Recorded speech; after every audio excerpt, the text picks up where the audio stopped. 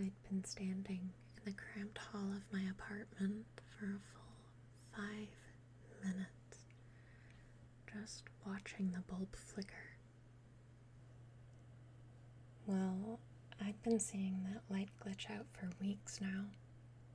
It's just that today I decided to plant my feet and stare until my vision went screwy.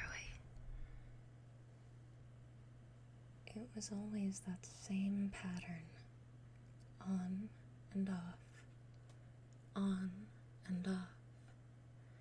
Then it would rapid fire blink.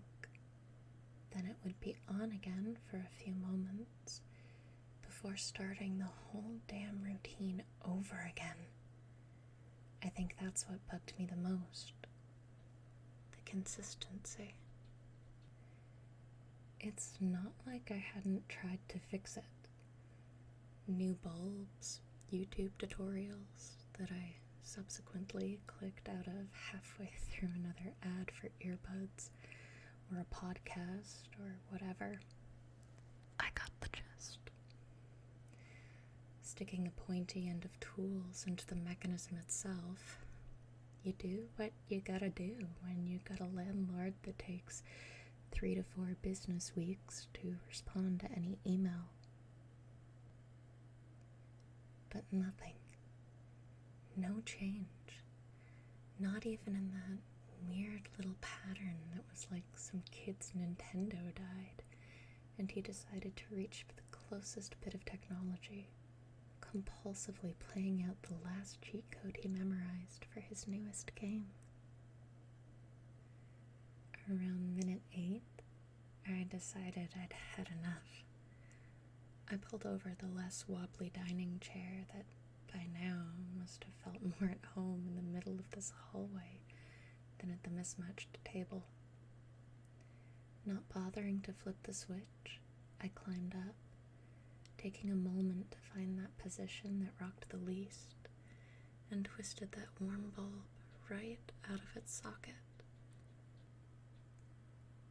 I stood in the darkness for a few moments, just breathing, letting the bulb cool in my palm. It was pitch black, my eyes still adjusting after staring at the sickly yellow light for so long. The darkness felt good, really good. I hadn't realized how coiled up I'd been all these weeks. You know how humans are supposed to have this sixth sense for feeling when someone or something is watching them? The hairs on the back of your neck rise like a bug is buzzing away by your ears, trying to crawl in and get a taste of eardrum. Your head snapping side to side to try and catch a pair of eyes in the shadows. That itch right at the base of your skull.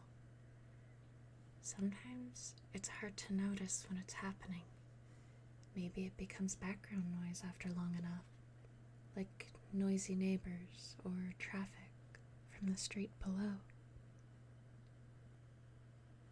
But I certainly noticed when it was gone. That itch. Something released in my chest, and I felt an odd relief wash over me. I laughed humorlessly, the sound more like a barking breath. I squeezed my hand around the bulb, cold now, and stared into the empty socket in the dark. 1 week out from the successful, glitchy bulb removal surgery, I stood halfway over the threshold into my apartment, hand on the open door, pondering the dark, clashing against the harsh brightness of the common hall. I heard the ding of the elevator stopping at my floor, and my next-door neighbor Dave stepped out. "Hey," he said. "Night shift?" I asked. "You know it." Dave and I both worked night shifts frequently at our respective jobs, though he seemed to actually do them nightly. I rarely saw him during the day. He paused at the door of his apartment before pointing at mine and asking, "Your bulb out?" I hadn't realized my gaze had locked onto the still, empty light fixture. Yeah, kinda. I turned to him. "Hey, you ever have, weird problems with the lights in your apartment?" He scoffed. "Yeah, of course. This building's a dump. It's a wonder it hasn't come crashing down on us while we sleep." He pulled out his keys. I was nearly electrocuted by my coffee machine the other night. I laughed dryly. "Yeah, but have you ever had anything weird happen with the lights specifically? Like, they started flickering in weird patterns?" I felt ridiculous as soon as the last syllable slipped away, knowing I had just labeled myself as the loony neighbor that has conversations with light bulbs. Dave paused again, with his keys still unturned in the lock, head tilted, a frown on his face. "You okay, man?" I laughed again, the sound barely more than a rasp, and certainly not joyful. "Yeah, sure. One too many night shifts, you know?" He nodded, clearly unmoved. Sure, I repeated. "Good night."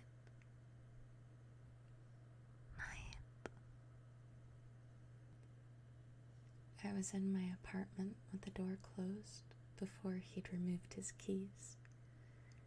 Yeah, won't be making eye contact with him for the next few days, I thought.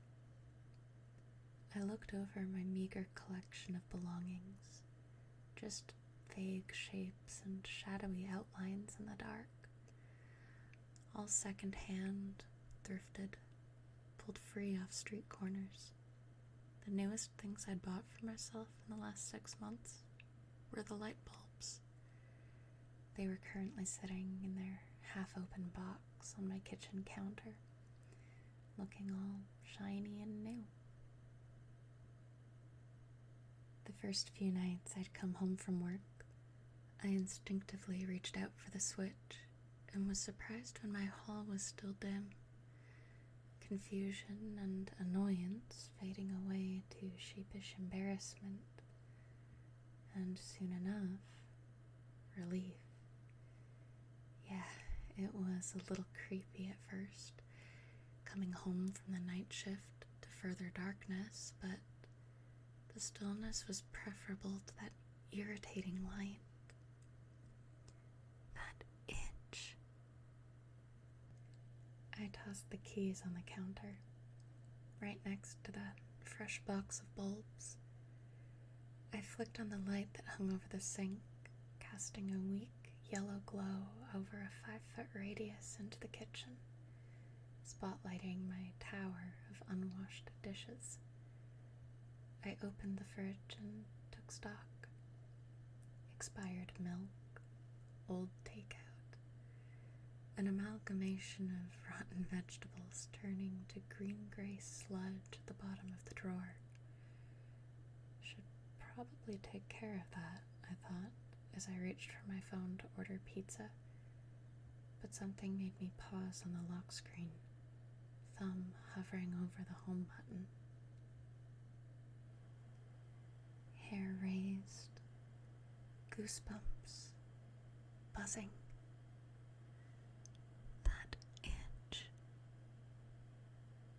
I looked over my shoulder, eyes landing on the ugly light fixture over the sink. That cool, tingling feeling at the back of my neck got worse, like I was squirming under the gaze of some thing. That sixth sense was tuning in. On. Off. On. I was on the switch in an instant, the only light now coming from the cool fridge bulb. I swung that door shut, hard enough to hear something fall inside. Again, darkness. Again, relief. Slowly, the buzzing went away. My breath's calming. I felt my hands trembling, crushed them into fists. I went to bed, decided to skip dinner.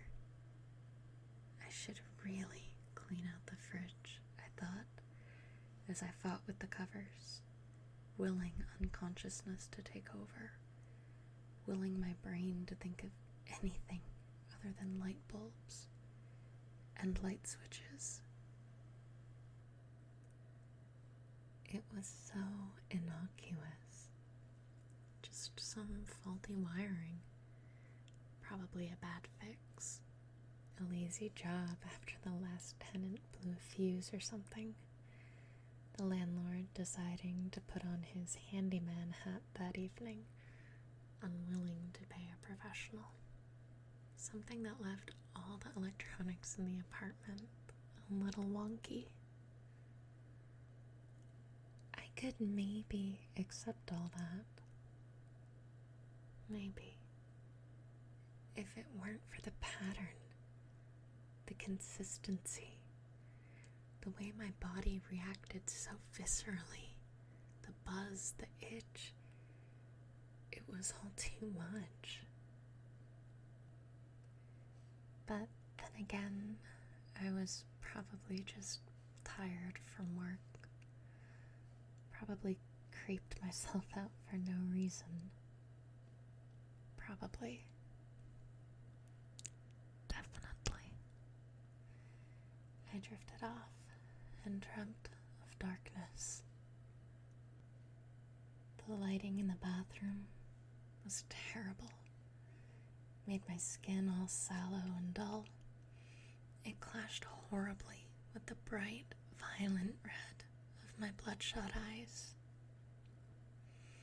I'd had one more week without incident, without freaking out a neighbor or overreacting to bad wiring. 1 week of peace. No itch. No buzz. Everything was fine. Until it wasn't. I didn't catch it at first. Too busy scrolling through my phone, hardly processing the waves of text and images and video that came and went. But then that itch, that creeping sensation returned. From my reclined position on the couch, I turned to face the living room lamp, catching the end of its cycle. Off, on, off. On. The buzzing was back too, like a new fly had come to take over the duty of the one who died, squashed under a palm or a rolled up magazine or a thick-soled shoe. On, off, on, off, on, off, on, off, on, off, on. I watched it, the steady flickering over and over and over again, mesmerized. It had rhythm. It had cadence, like some terrible song a prodigy had perfected. Her masterpiece, always the same, without fail, falter, or pause. The itch was getting worse, getting unbearable. I hadn't realized I'd been staring at the light for so long until the tears hit my lips. My body's desperate attempt to keep my eyeballs from drying out and crumbling to dust. The saltiness snapped me out of my reverie, which gave way to a dizzying wave of nausea.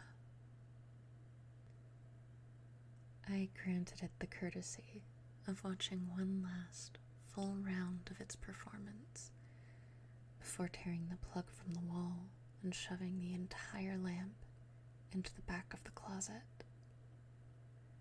The itch subsided and the buzzing quieted, but they didn't disappear.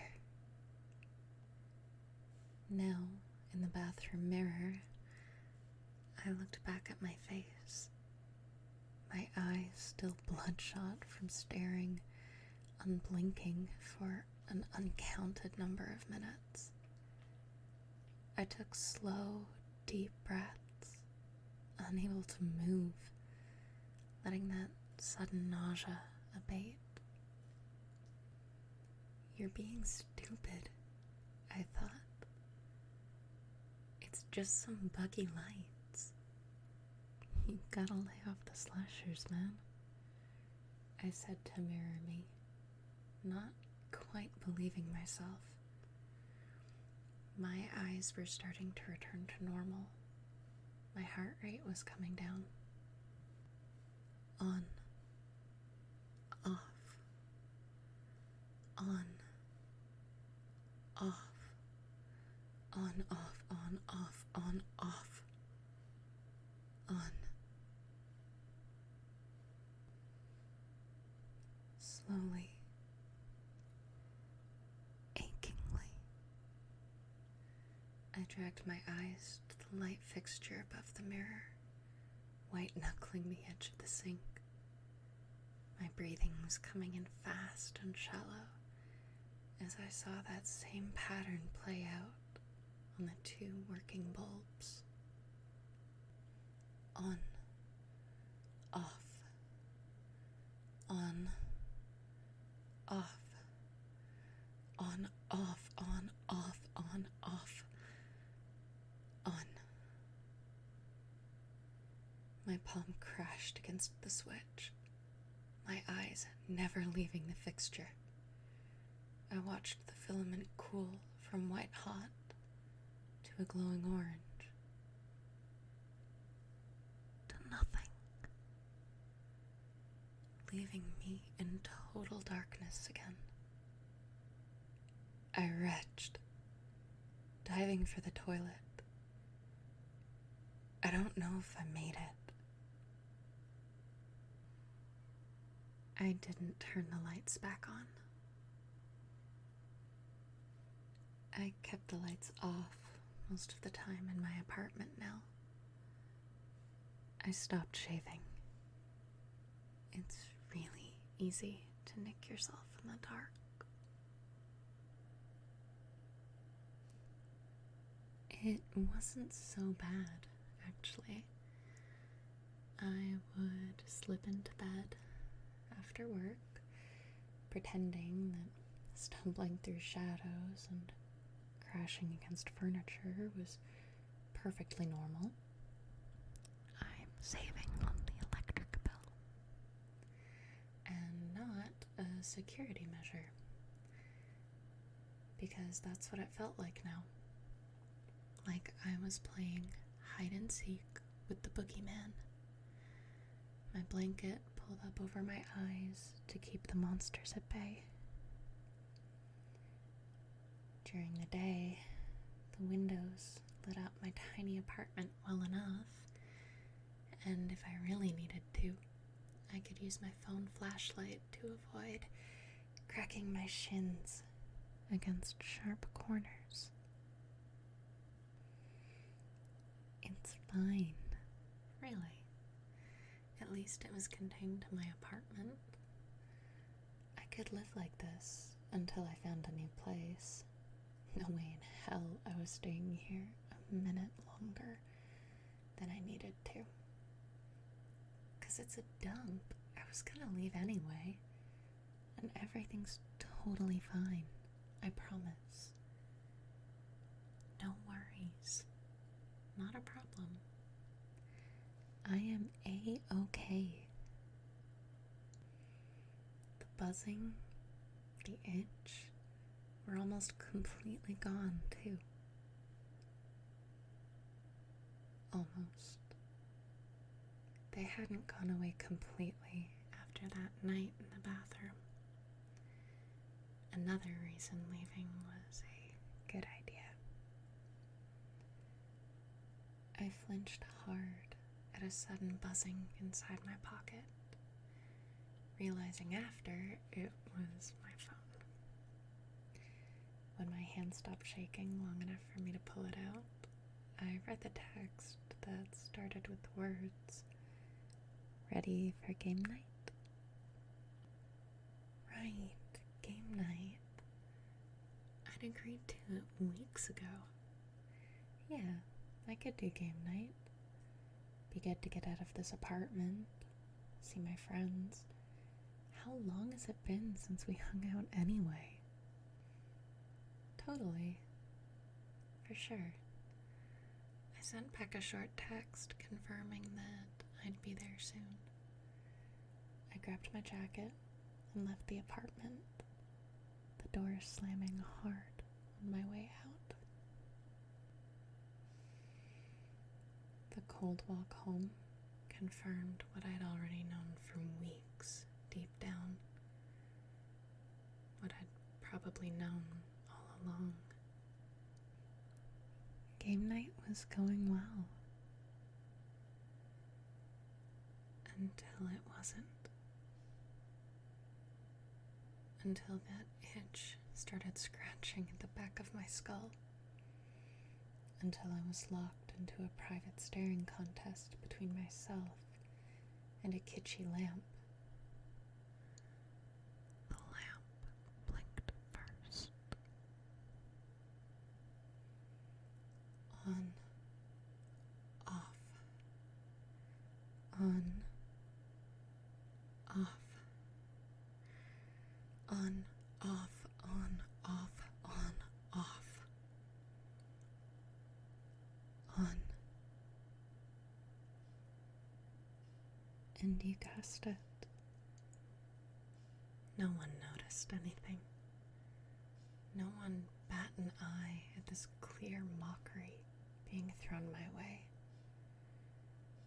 I lit a performance routine 3 times total before I bailed with a goodbye that sounded more like a groan.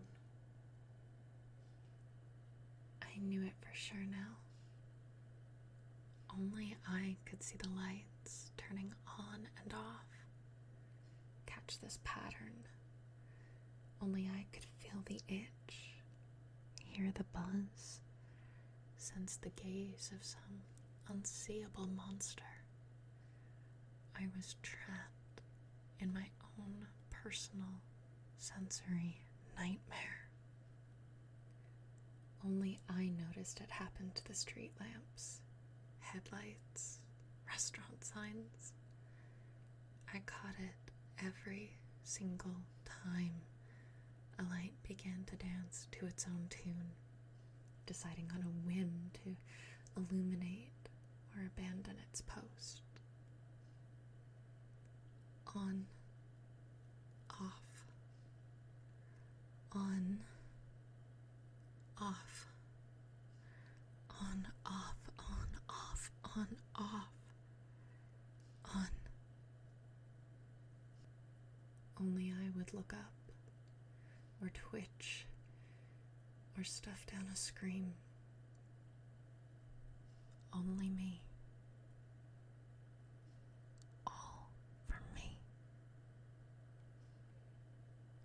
On, off, on, off, on, off, on, off, on, off, on. I couldn't understand it.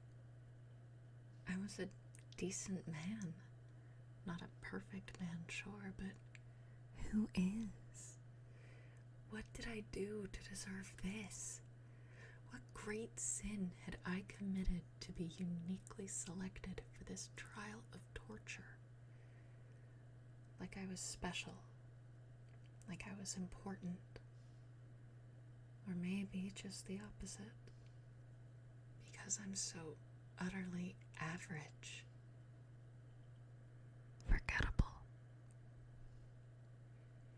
The nausea was returning.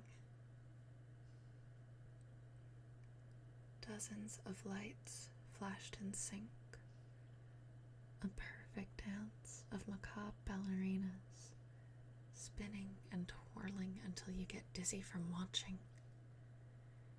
They trailed me as I walked to my building, up the stairs, entered my apartment.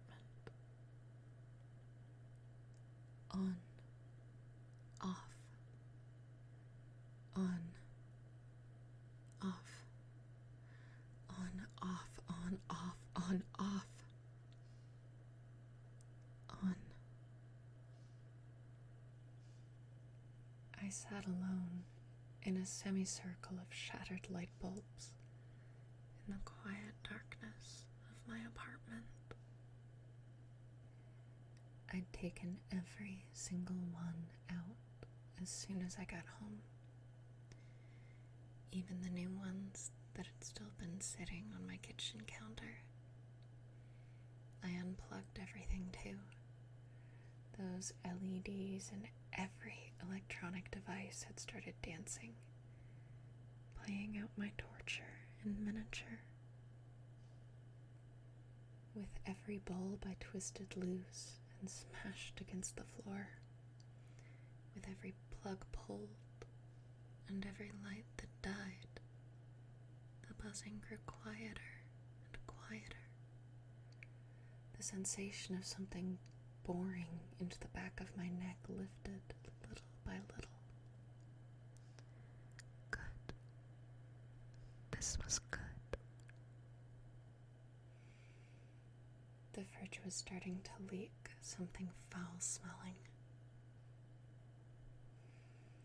I'd heard Dave come home an hour ago, so it must have been late. I'd been staring at the bulbs, the glass shards reflecting what little light was coming through the windows. But then, even though they weren't connected to any form of electricity, though they weren't even whole anymore, they started to glow. Slowly, they glowed so bright, they lit up my entire apartment. But I soon realized this light wasn't coming from the bulbs. I turned to face my windows with a sickening swirl of dread and rage in my gut. My eyes ached as I approached the glass, but I couldn't look away. Every single light in every single apartment that I could see from mine was starting to dance that terrible dance. On, off, on, off, on, off, on, off, on, off, on. It was like they were doing it in slow motion, like some great lumbering beast was dancing now, its sheer mass making it move slower in comparison to the world around it. I knew if I looked into any of those apartments, I'd see the same thing. A couple laughing over drinks on a first date. A too dedicated employee tapping away at a computer. Anyone and everyone. Not a single one of them would react to the cosmic horror that was playing out around them. Because it wasn't for them. It was for me. Little old me. On, off, on, off, on, off, on, off, on, off, on. I don't remember when I started screaming.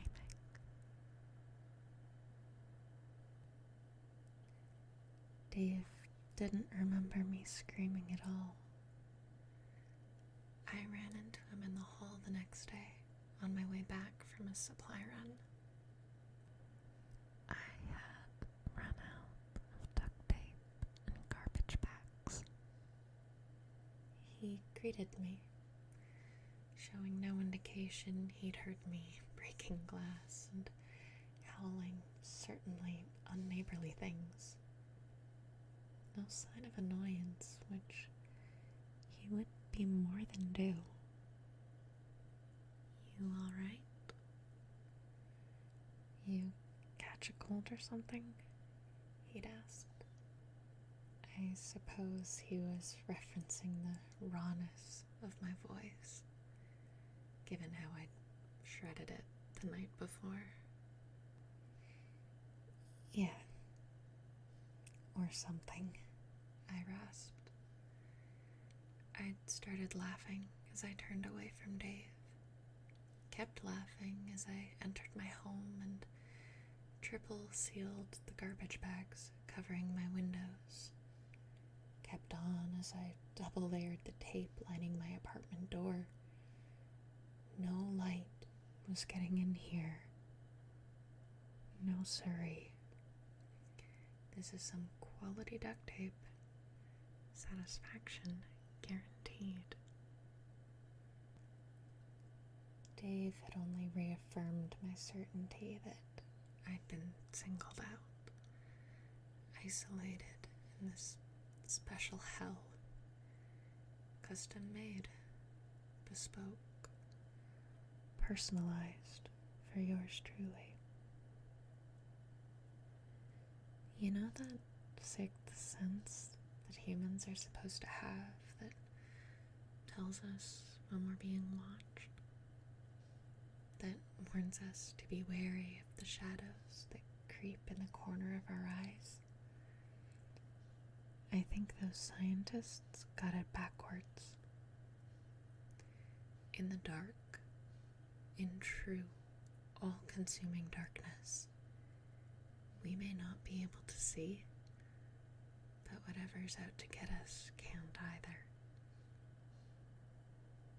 Instead of the shadow out of the corner of my eye, I know to fear the light.